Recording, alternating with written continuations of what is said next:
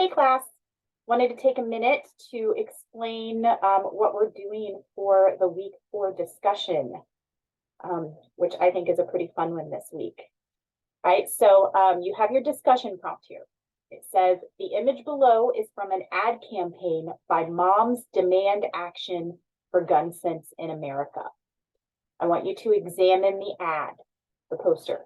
Once you've spent a few minutes looking over the image, I want you to answer the questions that are below the photo, which you can see here. There's the photo, here are the questions, right?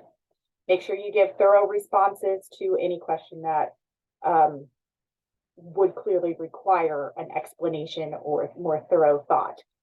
I do have a couple notes here, just in case the image isn't as clear on your screen. This is our ad that we're looking at. See, it's right here in the bottom right-hand corner. You can see Moms Demand Action for Gun Sense in America.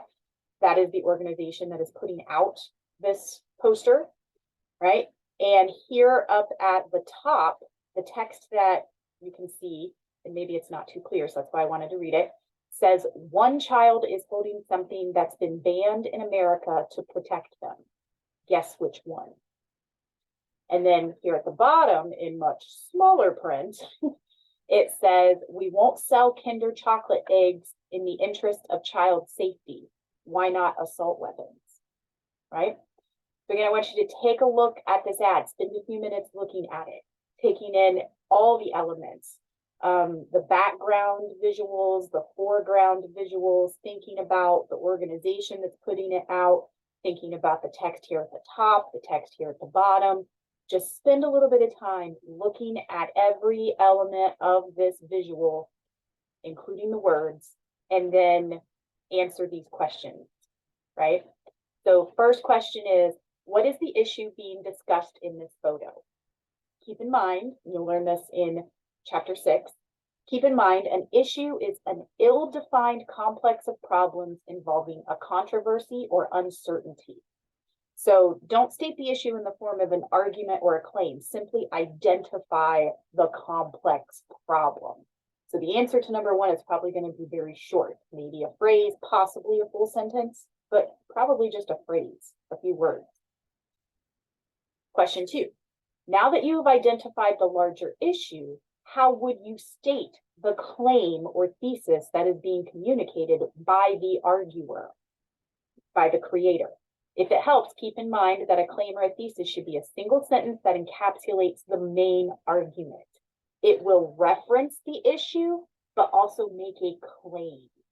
It'll take a stance. How would you word the argument of this ad? Question 3. What logical evidence is being used in this argument? In other words, in what ways is the creator trying to prove their point by appealing to our sense of logic?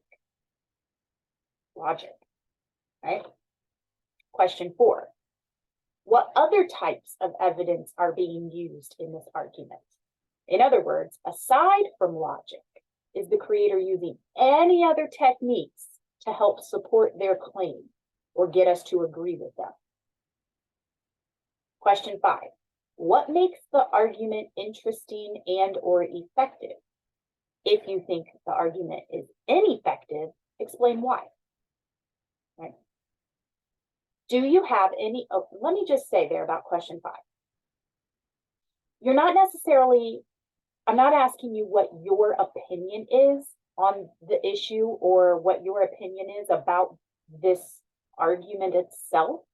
I'm asking if you think it's effective or not.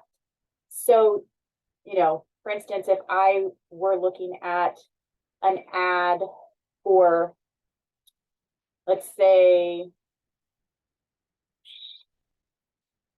the legalization of marijuana, and let's say that I'm actually in favor of legalizing marijuana, but I'm looking at an ad, much like, a visual with a little bit of text on it, but mostly visual.